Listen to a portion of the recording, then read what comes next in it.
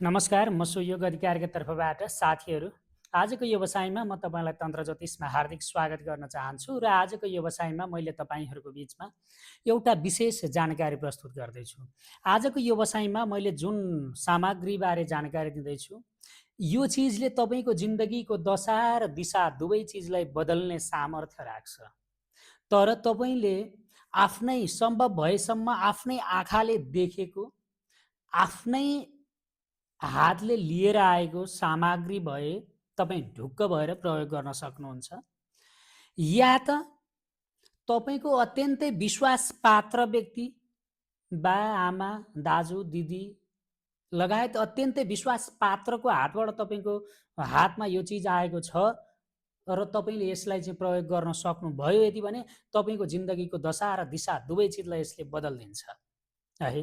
त्यो के त भन्दा तपाईँले कहीँ कतैबाट कालो घोडाको नाल भन्छ, टाप भन्छ कतिले है, जो कालो घोडाको चाहिँ खुट्टामा लगाएको जुन टाप अथवा नाल तपाईँले जे भनेर बुझ्नुहुन्छ, चिन्नुहुन्छ, त्यो चिज तपाईँले कहीँ कतैबाट प्राप्त गर्न सक्नुभयो यदि भने शनिबारको दिन पारेर मात्रै आफ्नो घरभित्र भित्राउनुहोस्, घरमा लिएर आउनुहोस्।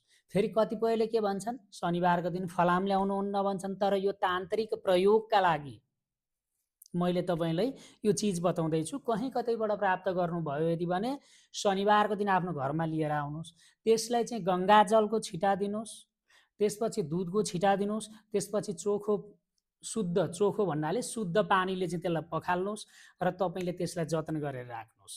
जब आकाशमा ग्रहण लागेको बेला हुन्छ त्यति नै बेला त्यो टापलाई पिटेर या त हातमा लगाउने कडा बनाउनुहोस्, या त औँलामा लगाउने औँठी बनाउनुहोस्, जो माझी औँलामा लगाउनका लागि या त औँठी या त हातमा लगाउनका लागि कडा बनाउनुहोस्।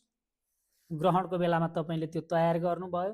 त्यस पछाडि ग्रहण पछाडिको शनिबारको दिन त्यसलाई चाहिँ तपाईँले गङ्गाजलले चाहिँ धुनुहोस्, कच्चा गाईको दुधले धुनुहोस्, नौमालेको गाईको दुधले, अनि त्यस पछाडि शुद्ध पानीले पखाल्नुहोस्।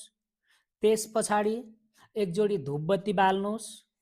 त्यसको धुवामा अलि माथिबाट त्यसको धुवामा 1 मिनट जति त्यसलाई चाहिँ धुवा देखाउनुहोस् र त्यो बिचमा 1 मिनट धुवा अनिवार्य देखाउनुहोस् र त्यस पछाडि चाहिँ तपाईँले 21 पटक ओम शम शनिश्चराय नमः भन्ने मन्त्रको उच्चारण गर्नुहोस् र त्यसपछि त्यसलाई चाहिँ त्यही धुवामा, त्यही धुपको धुवामा दाहिनेतिरबाट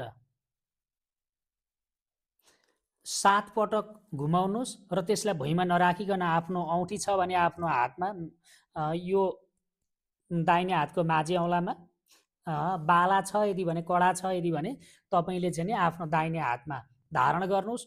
तपाईँले धारण गरेको दिनदेखि तपाईँले महसुस गर्नुहुनेछ तपाईँको जिन्दगीमा नि त्यही दिनबाट दशा र दिशा बदलिएको अनुभव गर्नुहुनेछ।